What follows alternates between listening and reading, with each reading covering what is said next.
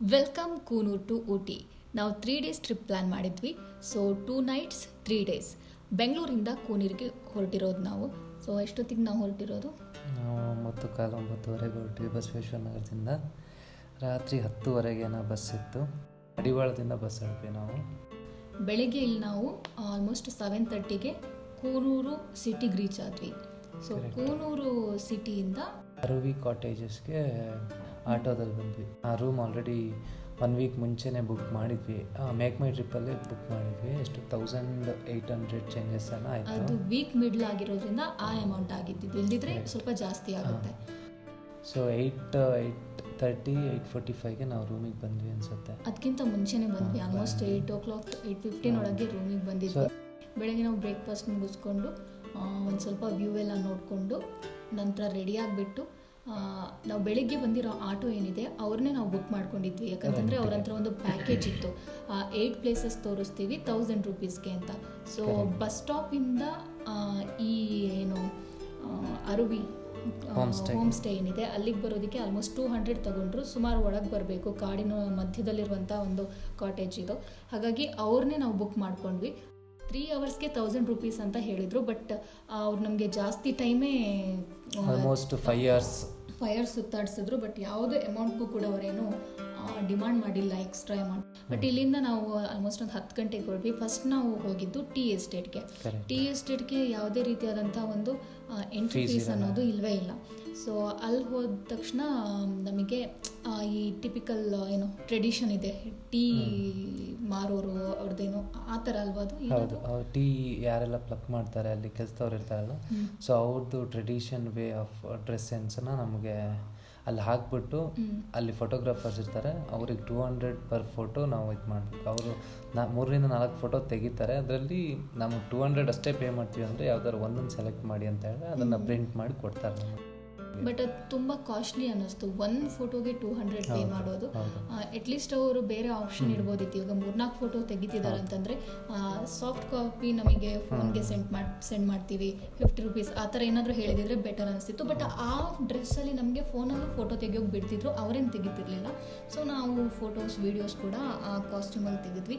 ಅಲ್ಲಿಂದ ನೆಕ್ಸ್ಟು ನಾವು ಹೋಗಿರೋದು, ಅಲ್ಲಿಂದ ನಾವೆಲ್ಲಿಗೆ ಹೊರಟ್ವಿ ಅಂದರೆ ಆನ್ ದ ವೇ ಹೋಗ್ತಾ ನಮ್ಮದು ಫಸ್ಟ್ ಇದ್ದಿದ್ದು ಡಾಲ್ಫಿನ್ ನೋಸ್. ಸೊ ಅಲ್ಲಿಗೆ ಹೊರಟ್ವಿ ಅಲ್ವಾ?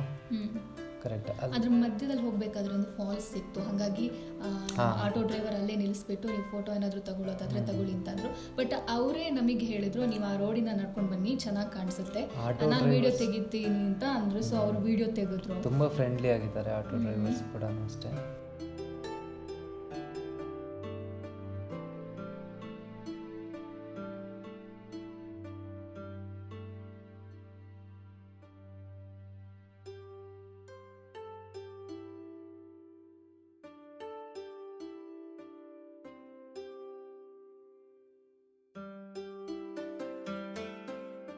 ಅಲ್ಲಿಂದ ಹೋಗ್ತಾ ನಮಗೆ ಆಯಿಲ್ ಮಾಡೋ ಫ್ಯಾಕ್ಟ್ರಿ ನೀಲಗಿರೀಸ್, ಆಮೇಲೆ ಸೊ ಅದ್ರದ್ದು ಆಯಿಲ್ ಮಾಡೋದು ಅಲ್ಲಿರೋ, ಆಮೇಲೆ ಟೀ ಎಲ್ಲ ಹೆಂಗೆ ರೆಡಿ ಆಗುತ್ತೆ. ಸೊ ಅಲ್ಲಿ ನಾವೇನೇನು ತಗೊಂಡ್ವಿ, ಚಾಕ್ಲೇಟ್ಸ್ ಪ್ಯೂರ್ ಚಾಕ್ಲೇಟ್ ಸಿಗುತ್ತೆ ಅಲ್ಲಿ. ಸೊ ಚಾಕ್ಲೇಟ್ ಪ್ಲಸ್ ಆಯಿಲ್, ಆಮೇಲೆ ನೀಲಗಿರಿ ಬುಡದಿಂದ ಮಾಡಿರೋ ಎಣ್ಣೆ, ಆ ಥರದ್ದೆಲ್ಲ ಸುಮಾರೆಲ್ಲ ಐಟಮ್ಸ್ ಇದ್ವು. ಸ್ಪೈಸಸ್ಸು ಇದ್ವು. ಅದೆಲ್ಲನೂ ಕೂಡ ಅವರು ಇಂಟ್ರೊಡ್ಯೂಸ್ ಮಾಡಿದ್ರು ಎಲ್ಲರ ಬಗ್ಗೆ.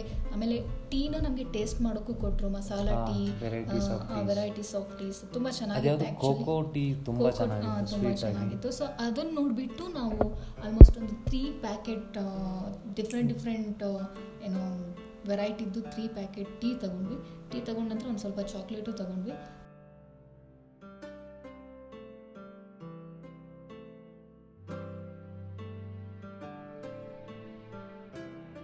ಅಲ್ಲಿಂದ ಡಾಲ್ಫಿನ್ ನೋಸ್ ಹೋದ್ವಿ.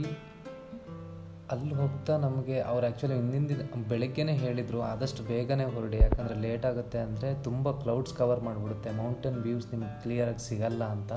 ಅವ್ರು ಹೇಳ್ದಂಗೆ ನಾವು ಎಕ್ಸಾಕ್ಟ್ ಡಾಲ್ಫಿನ್ ನೋಸ್ ಹೋಗೋಷ್ಟೊತ್ತಿಗೆ ಆಲ್ಮೋಸ್ಟ್ ಕ್ಲೌಡ್ ಎಲ್ಲ ತುಂಬ್ಕೊಂಬಿಟ್ಟಿತ್ತು. ದಾಲ ಹೊಚ್ಚದ. ಬಟ್ ಸಮ್ಮವ್ ನಮಗೆ ಒಂದು 2 ಪಾಯಿಂಟ್ ಹತ್ರ ಸ್ವಲ್ಪ ಫಾಲ್ಸ್, ಅಲ್ಲೊಂದು ಫಾಲ್ಸ್ ತುಂಬ ಚೆನ್ನಾಗಿ ಬೀಳ್ತಾ ಇರುತ್ತೆ. ಬಟ್ ಅದು ಕ್ಲೌಡ್ ಇಲ್ಲ ಅಂದರೆ ತುಂಬ ಒಳ್ಳೆ ವ್ಯೂ. ಬಟ್ ಆ ಡಾಲ್ಫಿನ್ ನೋಸ್ ಪಾಯಿಂಟ್ ಹತ್ರನಲ್ಲಿ ಒಂದು ಸ್ವಲ್ಪ ಶಾಪಿಂಗು ಶಾಪ್ಸ್ ಎಲ್ಲ ಇದೆ, ಅಂದರೆ ಇವಾಗ ಮ್ಯಾಗಿ ತಿನ್ನೋದಕ್ಕೆ ಅಥವಾ ಫ್ರೂಟ್ಸ್ ತಿನ್ನೋದಕ್ಕೆ. ಬಟ್ ಅದನ್ನು ಬಿಟ್ಟರೆ ಇವಾಗ ನಾವು ಬಟ್ಟೆ ತಗೋತೀವಿ ಅಥವಾ ಬೇರೆ ಏನೇನಾದರೂ ತಗೋತೀವಿ, ಬ್ಯಾಗ್ಸ್ ತಗೋತೀವಿ ಅನ್ನೋ ಅಂಥದ್ದೇನೂ ಇಲ್ಲ. ಬಟ್ ಸ್ಪೈಸಸ್ ಆಮೇಲೆ ಏನೋ ಈ ಫ್ರೂಟ್ ಆ ಥರದ ಶಾಪ್ ಮಾತ್ರ ಅಲ್ಲಿ ಇದ್ದಿದ್ದು. ಬಟ್ ನಾವು ಕೂನೂರು ಮೆಮೊರಿಗೋಸ್ಕರ ಒಂದು ಫ್ರಿಡ್ಜ್ ಮೇಲೆ ಹಾಕ್ತೀವಲ್ವ, ಮ್ಯಾಗ್ನೆಟ್, ಅದರಲ್ಲಿ ಕೂನೂರದ್ದು ಹಿಲ್ ಸ್ಟೇಷನ್ ವ್ಯೂ, ಆಮೇಲೆ ಟ್ರೆಡಿಷ್ನಲ್ ಡ್ರೆಸ್ ಅದು ಆ ಥರದ್ದಿತ್ತು, ಅದನ್ನು ತಗೊಂಡ್ವಿ.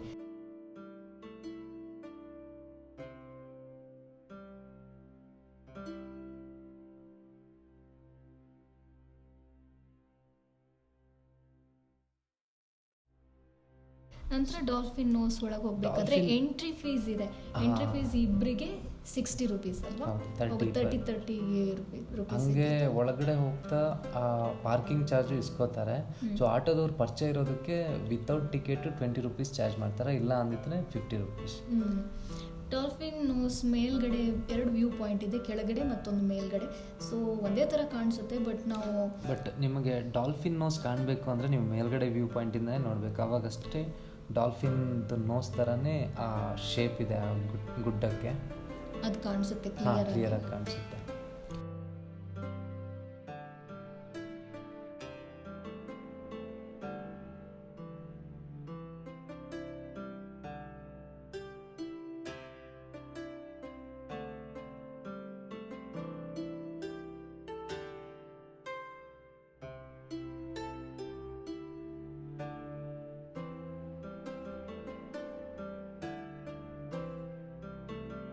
ಸೊ ಅಲ್ಲಿಂದ ಹೊರಟು ನಾವು ಯಾವ ಕಡೆ ಹೊರಟ್ವಿ ಅಂದರೆ ಆನ್ ದ ವೇ ಬರ್ತಾ ನಮಗೆ ಅಲ್ಲಿ ಟ್ರೈಬ್ ವಿಲೇಜ್ ತೋರಿಸಿದ್ರು ಮೇಲ್ಗಡೆಯಿಂದನೇ ಆಟೋ ಡ್ರೈವರು.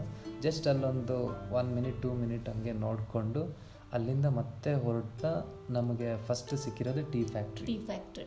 ಸೊ ಟೀ ಫ್ಯಾಕ್ಟ್ರಿನೂ ಒಳ್ಳೆ ಎಕ್ಸ್ಪೀರಿಯೆನ್ಸು. ಸೊ ಕಂಪ್ಲೀಟು ಟೀ ಹೆಂಗೆ ಪ್ರೊಡ್ಯೂಸ್ ಮಾಡ್ತಾರೆ, ಸೊ ಫ್ರಮ್ ದ ಟೈಮ್ ಬಿಗಿನಿಂಗಿಂದ ಟೀ ಲೀವ್ಸ್ನ ಪ್ಲಕ್ ಮಾಡಿಬಿಟ್ಟು ಹಸಿ ಇರೋದನ್ನ ಹೆಂಗೆ ಹಾರ್ವೆಸ್ಟ್ ಮಾಡಿಬಿಟ್ಟು ಅದನ್ನು ಮಿಷಿನ್ಗೆ ಹಾಕ್ಬಿಟ್ಟು ಡಿಫ್ರೆಂಟ್ ಟೈಪ್ಸ್ ಮಿಷಿನ್ಸ್ ಇದೆ.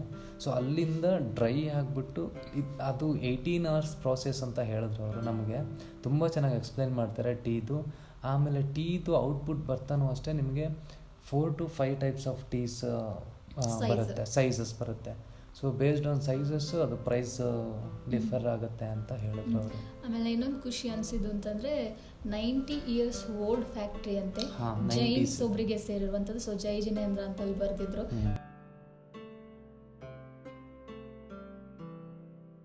ಸೊ ಅಲ್ಲಿ ನಾವು ಆಲ್ರೆಡಿ ಟೀ ಪ್ಯಾಕೆಟ್ಸ್ ತಗೊಂಡಿರೋದ್ರಿಂದ ಇಲ್ಲೇನು ತಗೊಳ್ಳೋದು ಬೇಡ ಅಂತ ಅಂದ್ಕೊಂಡ್ವಿ. ಬಟ್ ಪರವಾಗಿಲ್ಲ, ನೀವು ಒಂದ್ಸಲ ಬನ್ನಿ ವಿಸಿಟ್ ಮಾಡಿ ಟೀ ಟೇಸ್ಟ್ ಮಾಡಿ ಅಂತಂದ್ರು. ಸೊ ಒಳಗೆ ಹೋಗ್ಬೇಕಾದ್ರೆ ನಾವು ಅದು ಏನೋ ಬಟರ್ ಬಿಸ್ಕೆಟ್ ಆಮೇಲೆ ಅಲ್ಲಿಂದ ಬಂದಮೇಲೆ ರಿಗ್ರೆಟ್ ಆಯಿತು, ಇನ್ನೊಂದು ಪ್ಯಾಕೆಟ್ ತಗೋಬೇಕಿತ್ತು ಅನ್ನೋದಾಗಿ.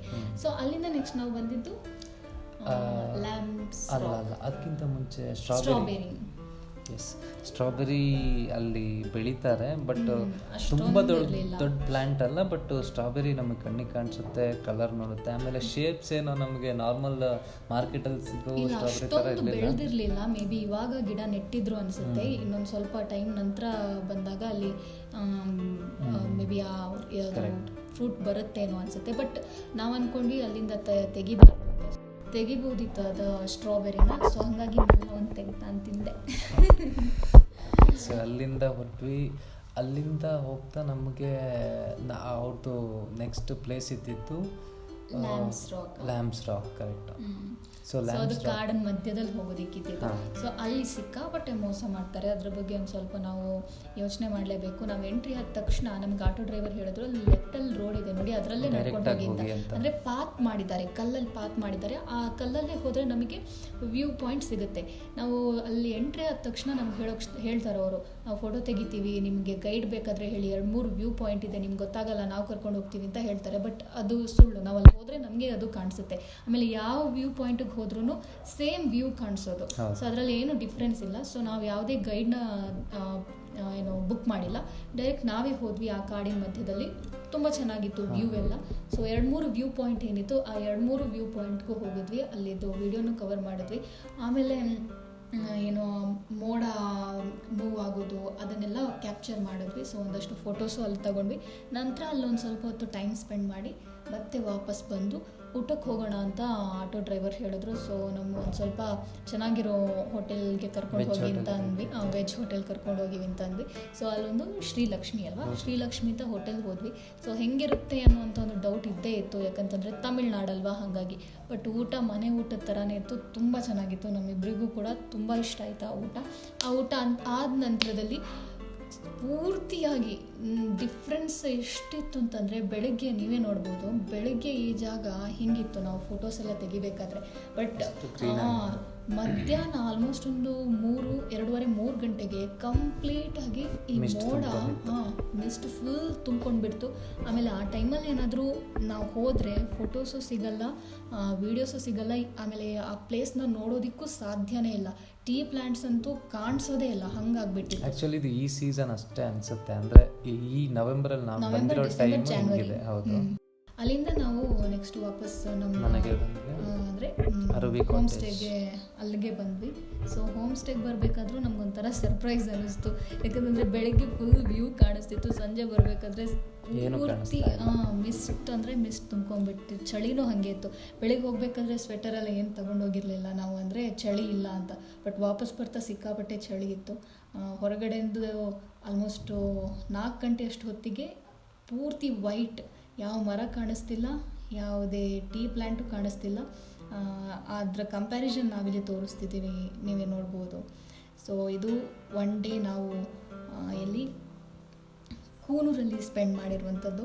ಸೊ ನೆಕ್ಸ್ಟ್ ಡೇ ನಾವು ಊಟಿಗೆ ಹೋಗ್ತಾ ಇದ್ದೀವಿ. ಕೂನೂರು ರೈಲ್ವೆ ಸ್ಟೇಷನಿಂದ 7:45ಗೆ ನಮಗೆ ಟ್ರೈನ್ ಇರುವಂಥದ್ದು. ಸೊ ಅವರೇ ಯಾರು ಟಾಯ್ ಟ್ರೈನ್ ಇರುವಂಥದ್ದು. ಆಟೋ ಡ್ರೈವರ್ ಬೆಳಗ್ಗೆ ನಮ್ಮನ್ನೆಲ್ಲ ಕರ್ಕೊಂಡು ಹೋದರು ನೋಡಿ, ಅವರೇ ನಮ್ಮನ್ನು ಇಲ್ಲಿಂದ ಪಿಕ್ ಮಾಡಿ ಕರ್ಕೊಂಡು ಹೋಗ್ತಾರೆ. ಆಮೇಲೆ ಇವತ್ತು ಇಡೀ ದಿನ ಅವ್ರ ಜೊತೆ ನಾವೇನು ಸುತ್ತಿದ್ವಿ, ಅವ್ರು ತಗೊಂಡಿರೋದು ಬರೀ 1300 ಅಂದರು. ಸೊ ನಾವು ಎಕ್ಸ್ಟ್ರಾ ಒಂದು 200 ಅವ್ರಿಗೆ ಕೊಟ್ವಿ. ಸೊ ವರ್ತ್ ಅನ್ನಿಸ್ತು ನಮಗೆ. ಸೊ ಇದು ಇವತ್ತಿನ ವ್ಲಾಗ್.